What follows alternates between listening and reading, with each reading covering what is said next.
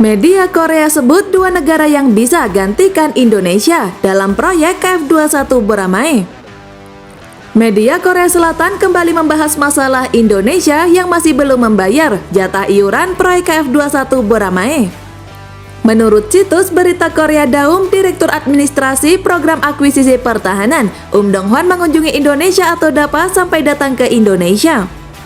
Dalam artikel yang diterbitkan pada 5 Oktober 2023, menyebut Direktur DAPA meninggalkan Indonesia untuk normalisasi pengembangan bersama KF21.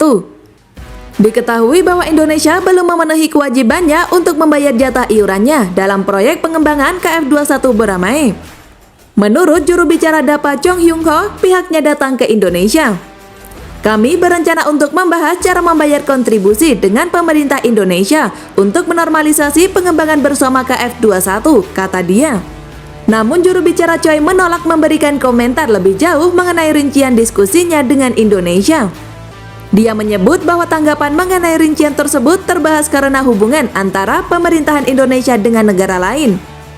Diketahui pejabat DAPA, Komisaris meninggalkan Indonesia sehari sebelum kabar ini dimuat berita Korsel 5 Oktober 2023. Sebelumnya, Komisaris berencana untuk tinggal di Indonesia hingga akhir pekan ini pada 8 Oktober 2023. Indonesia dianggap belum memenuhi kewajibannya sejak menjalankan proyek jet tempur KF21 Boramae. Indonesia dilaporkan berencana menanggung biaya proyeknya sebanyak 8,1 triliun won dari 2015 hingga 2026. Kemudian pada Januari 2016, Indonesia menerima transfer satu prototipe dan berbagai data teknis dengan imbalan akan melakukan pembayaran sekitar 1,7 triliun won atau diskon menjadi sekitar 1,6 triliun won. Merupakan biaya 20% jatah Indonesia dalam pengembangan KF21 Boramae yang puncaknya pada Juni 2026 nanti. Indonesia berencana akan memproduksi 48 unitnya secara lokal.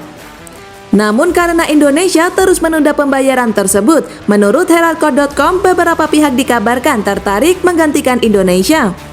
Korea memiliki potensi untuk melanjutkan proyek bersama dengan dua negara seperti Uni Emirat Arab atau UEA dan Polandia. Lebih lanjut, menurut edaily.co.kr menyebut bahwa pemerintah Korea Selatan mungkin akan menghentikan kerjasama dengan Indonesia yang menunda pembayaran bagiannya dan bergandengan tangan dengan Uni Emirat Arab atau UEA atau Polandia, namun pemerintah membantahnya. Pada tanggal 4 Agustus, Komite Ekonomi Tawadun Badan Akuisisi Industri Pertahanan Uni Emirat Arab mengirimkan surat ke Kantor Keamanan Nasional Kantor Kepresidenan atas nama Sekretaris Jenderal yang mengusulkan kerjasama bisnis KF21 dengan Korea Selatan. Dilaporkan bahwa PGZ Group, sebuah perusahaan milik negara Polandia di industri pertahanan, juga telah mendekati KAI tentang niatnya untuk berpartisipasi dalam pengembangan bersama KF21.